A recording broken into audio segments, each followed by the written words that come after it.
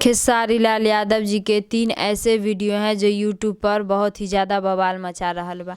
खेसारी लाल यादव जी के ऐसे तो सभी वीडियो यूट्यूब पर बवाल मचाता ही है, लेकिन खेसारी लाल यादव जी के 3 ऐसे वीडियो हैं जो यूट्यूब पर बहुत ही ज़्यादा बवाल मचा रहल बा। तो चलिए जानते हैं खेसारी लाल यादव जी के तीनों बवाल वीडियो के बारे में इस वीडियो के माध्यम से।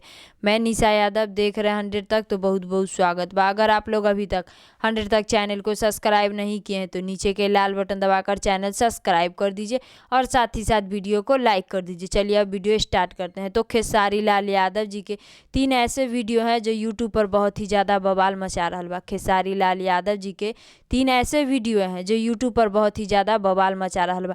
तो चलिए अब खेसारी लाल यादव जी के तीनों वीडियो के बारे में जानते हैं इस वीडियो के माध्यम से। पहला वीडियो खेसारी लाल यादव जी और अक्षरा सिंह जी के वीडियो ड्रीम में एंट्री यूट्यूब पर बहुत ही ज़्यादा बवाल मचा रहल बा।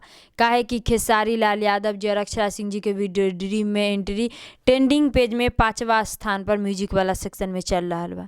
खेसारी लाल यादव जी और अक्षरा सिंह जी के वीडियो ड्रीम में एंट्री ट्रेंडिंग पेज में 5वां स्थान पर म्यूजिक वाला सेक्शन में चल रहा बा। और दूसरा वीडियो बा खेसारी लाल यादव जी के होली के वीडियो माझी के मूस। दूसरा वीडियो बा खेसारी लाल यादव जी के होली के वीडियो बा माझी के मूस।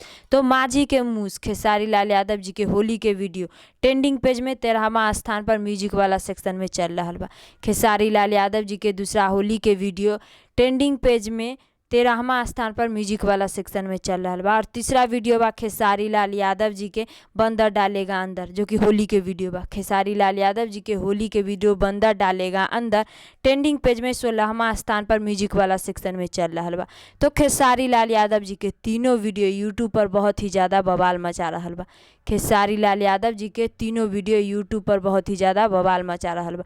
तो आप लोग के यही छोटा सा जानकारी बतावे के रहे, तो इस जानकारी के बारे में का राय बा, का विचार बा, नीचे कमेंट बॉक्स में बतला। फिलहाल में इतने, फिर से मिलेंगे अगले वीडियो में। जय हिंद, जय भोजपुरी।